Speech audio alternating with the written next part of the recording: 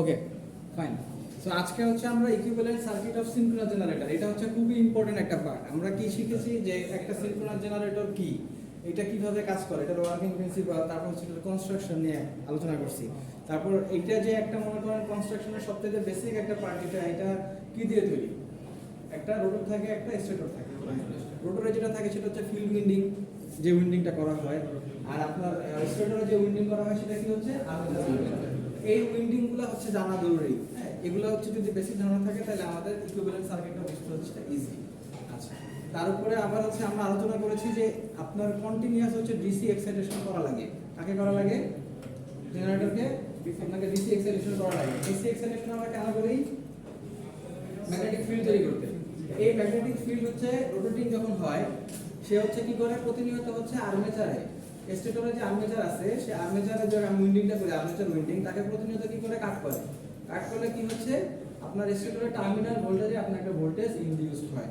হ্যাঁ, সেই ভোল্টেজটা হচ্ছে কি আমার আউটপুট ভোল্টেজ। এটা হচ্ছে একেবারে একটা অল্টারনেটর অথবা সিনক্রোনাস জেনারেটরের একেবারে বেসিক ওয়ার্কিং প্রিন্সিপাল। মোটামুটি যে কোনো জেনারেটর, ইন্ডাকশন জেনারেটর বলেন, আপনার সিনক্রোনাস জেনারেটর বলেন, অ্যাসিনক্রোনাস জেনারেটর বলেন, সবার ওয়ার্কিং প্রিন্সিপাল মোটামুটি হচ্ছে এই বেসিক উপরেই ডিপেন্ড করে হয়। সব জেনারেটর কিসের উপরে বেস করে ইলেকট্রিসিটি জেনারেট করে?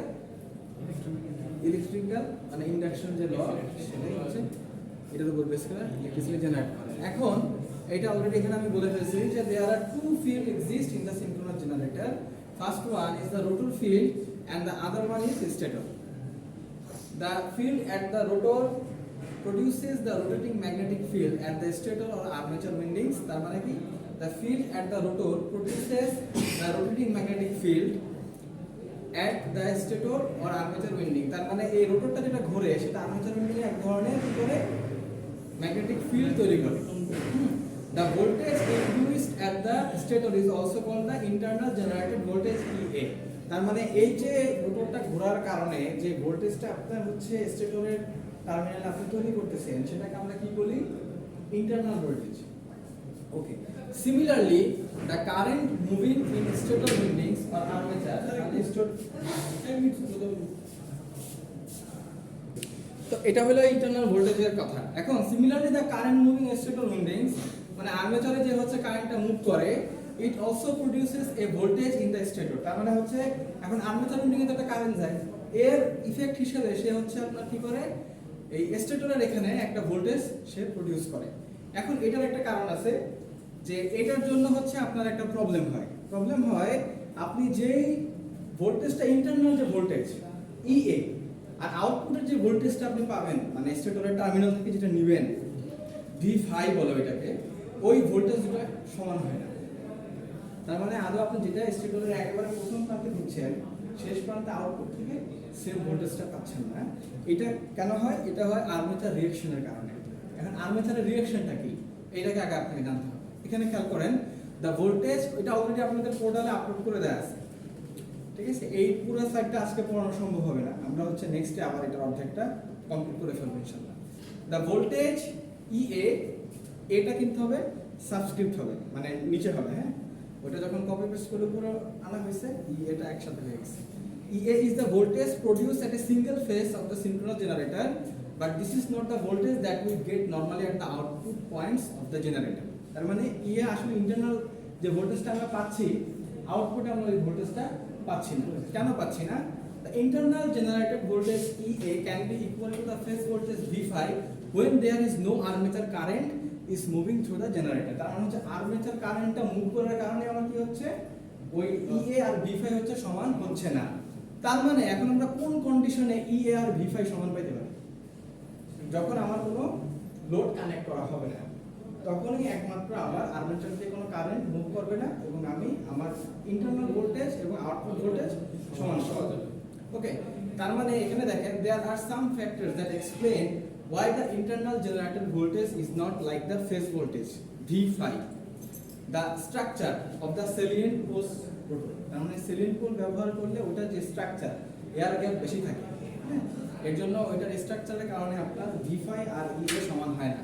সেকেন্ড হচ্ছে the self inductance of the stator windings. Stator windings এর সেলফ ইন্ডাকটেন্সের কারণে হচ্ছে আপনার ভোল্টেজগুলো সমান হয় না। The second one is the third one is the armature reaction. Armature reaction কি, এটা পরের স্লাইডে দেখতেছি। And the resistance offered by the armature windings. Armature উইন্ডিংসে এটা তো একটা কয়েল, এটা তো একটা তারের, আপনি যে কুণ্ডলি পাকাচ্ছেন এই তারেরও তো একটা রেজিস্ট্যান্স আছে, রিঅ্যাকট্যান্স আছে। সো ওর জন্য হচ্ছে আপনার এই V5 আর EA সমান হয় না।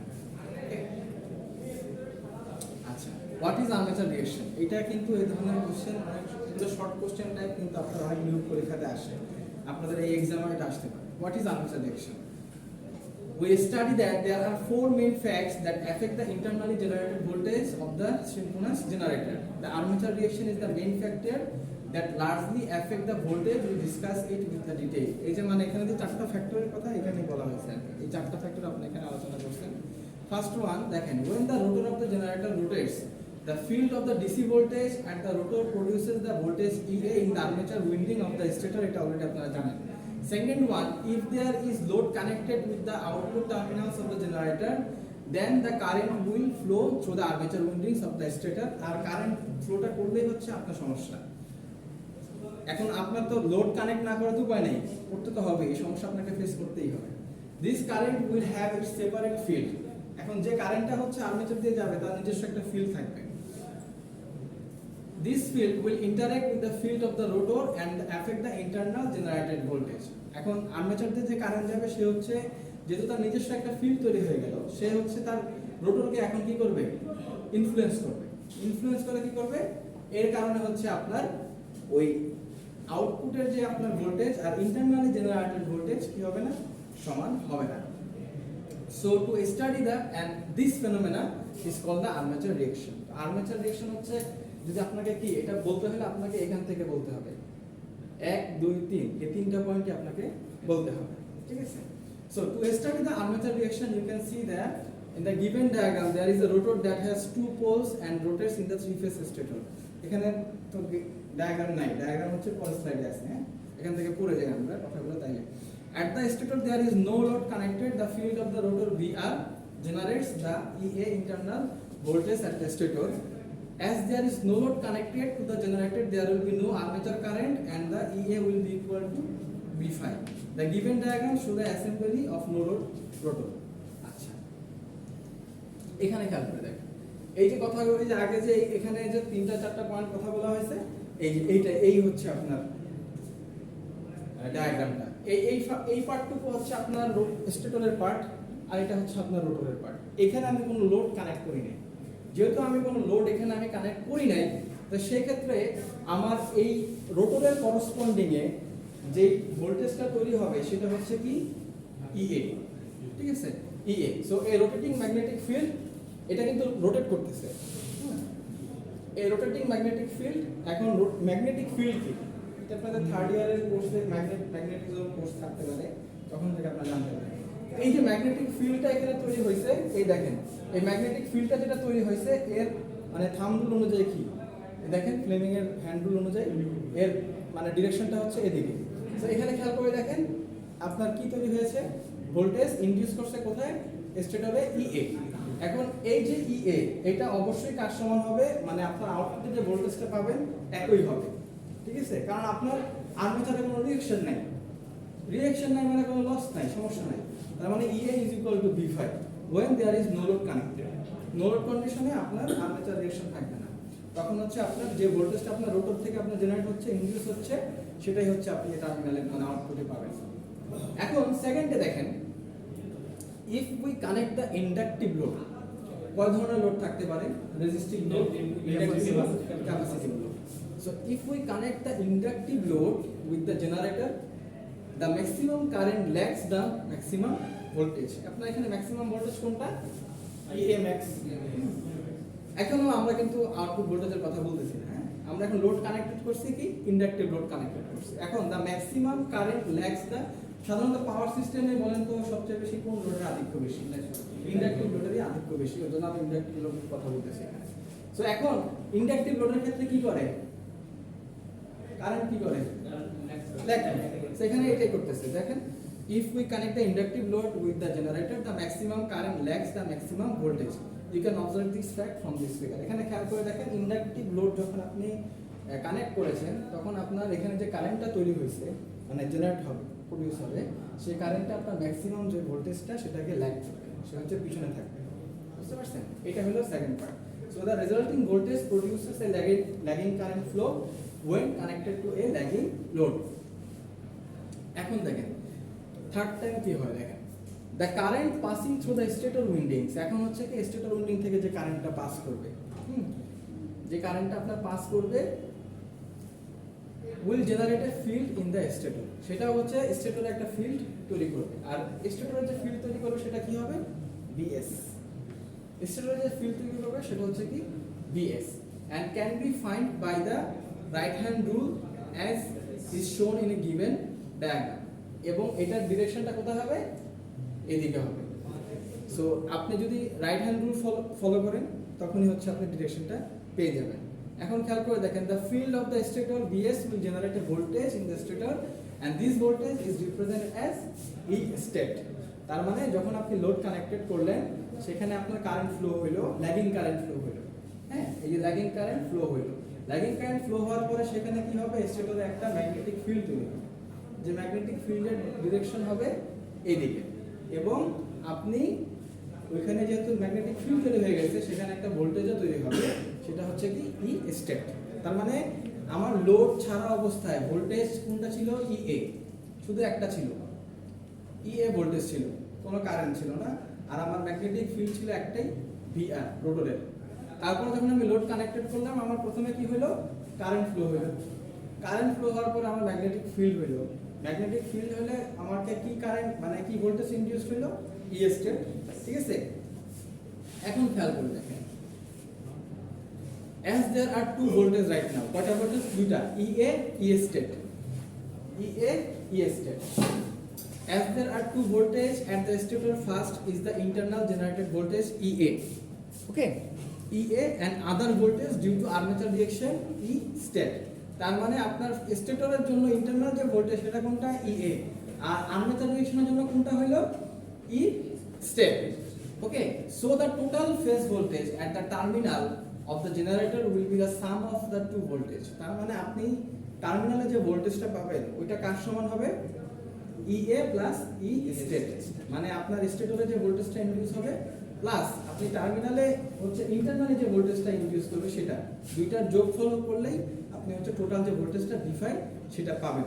ওকে, তাহলে তো এখানে তো বোঝা গেল যে ই স্টেট যোগ হওয়ার কারণে কি হলো? আপনার মানে ইন্টারনাল ভোল্টেজের সাথে মানে মানে আপনি ইন্টারনাল যে ভোল্টেজ সেটার সাথে আপনার টার্মিনাল ভোল্টেজ সমান হইল না, কারণ এখানে তো ই স্টেট আপনার যোগ আছে, তাই না?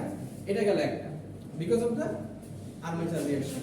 তারপরে দেখেন, the total field at B net is the sum of the stator and the rotor field. আপনি যদি টোটাল ম্যাগনেটিক ফিল্ডের কথা চিন্তা করেন তাহলে এখানে রোটর বিআর প্লাস বিএস দুটাকে আপনাকে কনসিডার করতে হবে। So as the angles of EA and BR, দেখেন এখানে এই পুরোটা এই V5 যেটা এখানে কিন্তু এর যে ডিরেকশনটা এটা কিন্তু বিআর বি নেট মানে বিআর বিএস এই দুইটাকে কনসিডার করে আপনাকে করতে হয়েছে। হ্যাঁ, এবং এখানে আরেকটা জিনিস খেয়াল করে দেখেন যে as the angles of the EA and BR are identical and the angles of the EA and BS are also similar, so the resultant field V net will overlap with the total voltage at generator V5. তার মানে এই V net যেটা এটা হচ্ছে V5 কে overlap করবে, মানে একই দিকে হবে। ওভারল্যাপ করা মানে হচ্ছে একটা তার উপর আরেকটা আপতিত হওয়া, হ্যাঁ, ওভারল্যাপ করবে। So you can see the resultant voltage and currents in a given figure. So এটা আপনারা কি বুঝতে পারছেন কিনা সেটা বলেন, না বুঝলে আবার বলবো, মানে এটা একটু বারবার দেখতে হবে আর কি। কিন্তু আহামরি কঠিন কোনো বিষয় এখানে আলোচনা করা হয়নি যে আপনারা বুঝবেন না। আপনারা যদি এতটুকু বুঝে থাকেন এরপরে নেক্সট ক্লাসে জাস্ট এটা 10-15-20 মিনিট আমরা এই ইকুইভ্যালেন্ট সার্কিট সিনক্রোনাস জেনারেটর শেষ করে ফেলতে পারি। কিন্তু তার আগে আপনারা এই জিনিসটা হচ্ছে আর্মেচার রিঅ্যাকশনটা কি অনেকে বোঝে না বা অনেকে চিন্তা করে কঠিন। মেশিন তো আমরা সাধারণত সবাই ব্যবহার করি না, মানে মেশিনে তো সবাই মানে ওই রিলেটেড জব তো করি না, ওর জন্য আমাদের অনেক সময় বুঝতে কঠিন হয়ে যায়। কিন্তু বিষয়টা হচ্ছে এখানে প্রত্যেকটা জিনিস ভেঙে ভেঙে করা আছে, ঠিক আছে, মানে প্রত্যেকটা স্লাইডে প্রত্যেকটা পার্ট সুন্দর করে করা আছে। এখন আপনারা এটা বুঝছেন কিনা সেটা আমাকে একটু বলেন। যদি কোশ্চেন থাকে বলেন, আর যদি আপনারা বাসায় পড়েন, পড়ার পর যদি কোনো প্রবলেম থাকে আমাকে নেক্সট ক্লাস অবশ্যই জানাবেন, মানে হেজিটেট করবেন না। হ্যাঁ, এটা অলরেডি আপলোড করা আছে, মানে আপনি বুঝতে নাই পারেন বা আমি আপনাকে বুঝাইতে নাই পারি, এটা খুব স্বাভাবিক। এক একজনের বোঝার ধরন, তারপর হচ্ছে লেকচার ডেলিভারি করার ধরন এক এক রকম। কিন্তু আপনারা আমাকে কোশ্চেন করবেন, দুইটা কোশ্চেন না করলে দুইটা বিষয়, এক হচ্ছে আপনারা বুঝছেন আর না হলে কিছুই বুঝেন নাই, মানে মাঝামাঝি কোনো অপশন নেই। তো আপনারা ফার্স্ট অফ অল দেখেন যে এখানে কোনো মানে আপনি লোড কানেক্ট করেন, এই অবস্থা হচ্ছে এটা। লোড কানেক্ট করার পরে কিন্তু কারেন্ট তৈরি হবে। হ্যাঁ, লোড কানেক্ট করার অবস্থা এটা হচ্ছে একটা পার্ট, এরপরে এটা হচ্ছে আরেকটা পার্ট। হ্যাঁ, কত হলো মানে ওই লোড কানেক্ট করার পরে, আর এটা হলো এখন V5। এই যে দেখেন একটা দুইটা এই তিনটা জিনিস একই সময় ঘটে, কিন্তু আলাদা আলাদাভাবে আপনাদেরকে বোঝানো হয়েছে ইফেক্টটাকে বোঝানোর জন্য। নাইলে একই স্লাইডে মানে এটা দেখানোর পরেই আপনাদেরকে চাইলে আমি এটা দেখাই দিই, একই জিনিস হইতেছে, বাট আপনাদেরকে বোঝার জন্য মানে ভিজুয়ালাইজেশন করার জন্য আলাদা আলাদা করে বানানো হয়েছে। আপনারা বাসায় যেয়ে একটু দেখে নিন, ঠিক আছে? কোনো কোশ্চেন থাকলে ইনশাআল্লাহ আমরা নেক্সট ক্লাসে আলোচনা করব। Thank you. তাহলে আজকের ক্লাস এতটুকুই থাকুক। হ্যাঁ।